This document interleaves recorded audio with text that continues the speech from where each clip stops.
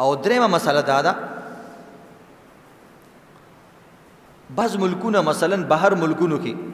عرب ممالک کې الته طریقې کار دا دی چونکې الته خو د پښتو اردو بیان نه نو د هغوی هغه عربي خطبه بیاني هغه تذکیر می وعظ می او بیان می او خطبه می او موږ چونکې پښتو کې وعظ بیل کو او خطبه ځکه موږ به وروسته وایو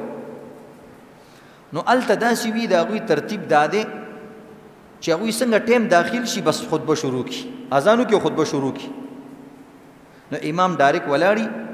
نو الته انسان ته د سنتو موقع نه ملاویږي او سنت خو د جمعې ورځې 4 رکعاته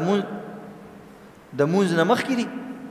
زمونږ ځایونو کې خو موقع ملاویږي اعلان وشي چې سنت وکړي